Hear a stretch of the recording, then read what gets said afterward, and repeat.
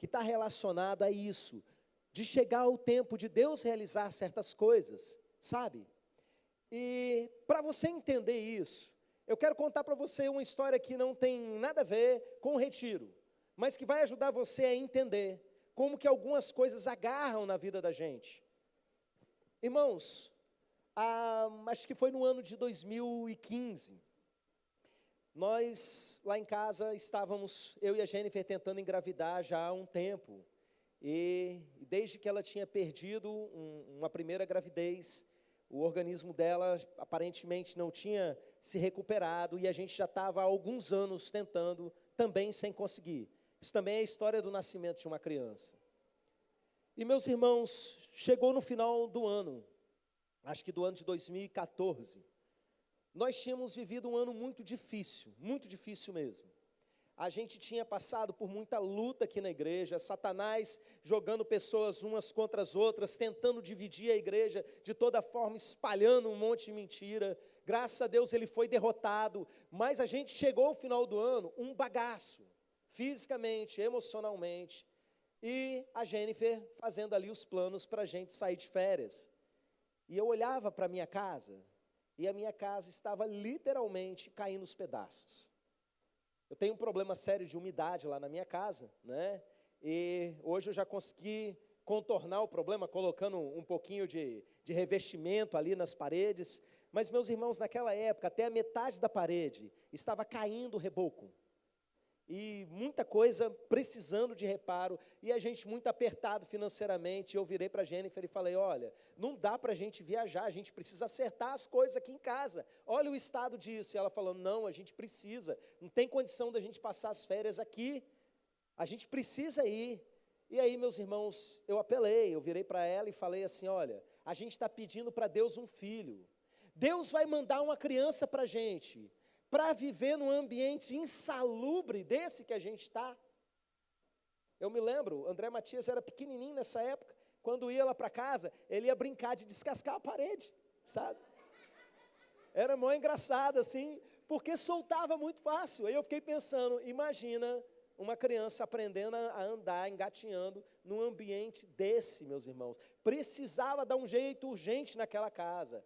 Mas nem eu apelando dessa forma, a Jennifer aceitou. Por quê? Porque ela entendia realmente o estado emocional que a gente estava, a gente precisava sair, esparecer, e a gente foi orar, perguntar para Deus, Deus deu a direção que a gente devia sair de férias mesmo. Só que a gente foi dessa maneira, sabe? Apertado e sabendo que precisava dar um jeito na casa. E aí, meus irmãos, quando a gente começou a se preparar para voltar, na verdade um pouco antes disso, nas nossas férias, em certa altura, eu comecei a perceber que tinha alguma coisa estranha acontecendo. Porque quando eu ligava para minha mãe, ela estava junto com a minha sogra. E quando a Jennifer ligava para a mãe dela, a minha sogra estava junto com a minha mãe. E a gente percebia que tinha alguma coisa rolando, mas eles não contavam para a gente o que estava acontecendo. E para piorar a nossa situação, a Jennifer começou a passar muito mal. E ela ficou bem doente mesmo, teve aparentemente algum tipo de gastroenterite, e num lugar, meus irmãos, bem distante que a gente estava, que não tinha hospital, nem passava carro, uma história assim longa que não dá para eu contar tudo aqui, mas foi uma luta, e ela falou, eu quero ir embora para minha casa, eu quero minha mãe, e coisas desse tipo. E eu ligava para casa, e aí o meu sogro falava assim, ô Clériston, segura a Jennifer aí, não vem para cá agora não, segura ela aí mais uns dias. Aí eu, pronto, deu ruim.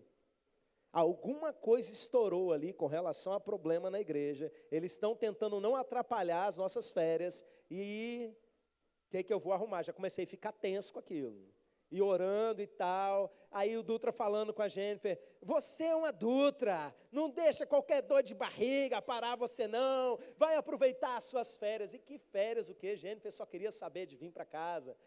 Aí a gente começou a vir, e eu fui enrolando no meio do caminho. Ele falou para não ir de uma vez, e eu fui parando, vim de carro, no litoral da Bahia, vindo, parei num lugar, parei no outro, até que quando a gente estava chegando, chamaram a gente para ir passar na casa da minha sogra, para jantar primeiro. Ah, que bom, não vou ter que fazer janta, né? Chegando de viagem.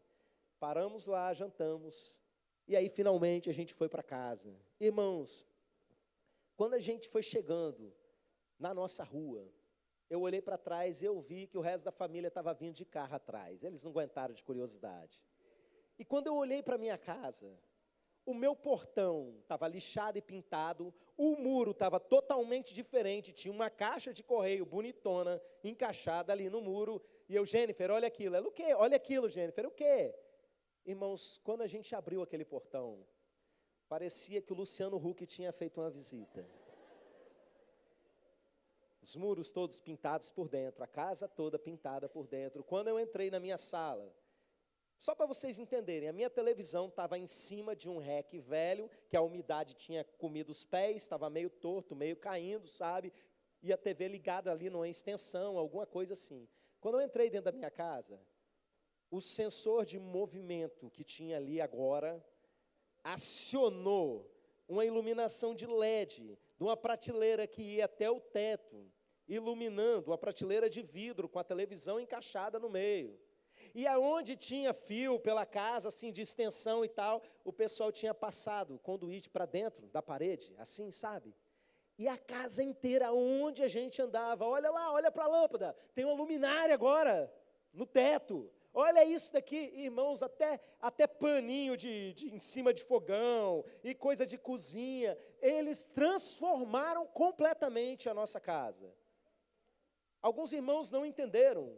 A igreja se movimentou na nossa ausência. Eu me lembro que teve irmão que não participou porque não quis e falou, isso é coisa de puxa-saco, de pastor. Mas depois ele foi entendendo que não era nada disso. O pessoal resolveu pilhar, à toa assim, do nada.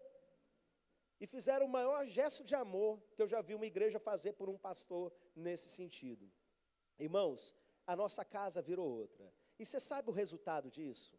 Lembra daquilo que eu tinha dito, que aquela casa era um ambiente insalubre, que Deus não ia mandar uma criança para viver no ambiente daquele. Eu não estou falando, meus irmãos, eu quero que você me entenda, eu não estou falando de qualquer pessoa do mundo. Eu sei que nascem crianças em lugares que não deveriam, de pessoas que nem deveriam ser pais. Eu estou falando de pessoas que entregaram a vida para Jesus. Eu estou falando de pessoas que vivem segundo o propósito de Deus. Vidas debaixo de propósito. Caminho debaixo do governo de Deus. Entenda essa diferença. Eu disse, Deus não vai mandar uma criança para viver num lugar insalubre como esse. Irmãos, enquanto esses irmãos estavam reformando a minha casa, a Jennifer engravidou no meio da viagem. Essa é a história do Aleph. Tá vendo? Você não quis ficar na mensagem? Nem sabia, né? Pois é sobre você. Você consegue entender o porquê disso no mundo espiritual? Andressa e Fernando, 12 anos sem engravidar. E a gente orava, né? Aqui na igreja e tal. Minha mãe mesmo, ela tinha uma lista das mulheres da igreja que queriam engravidar. E ela orava insistentemente. E foi um fim de semana que muita gente não quer ir porque eu não gosto de dormir num ambiente que tem todo mundo. E que tem gente que ronca. E não pode dormir até determinado horário. Ô, gente fresca, pelo amor de Deus. Um fim de semana, num lugar separado para buscar a Deus. Arrumou a casa por dentro. Eu me lembro de várias situações em encontro de vocês, sabe? Momentos tensos, de lágrimas nos olhos. Momento de Espírito Santo enchendo vocês. Irmãos, o que você está precisando é disso na sua vida. De um tempo de arrumar a sua casa, um tempo de alinhamento espiritual.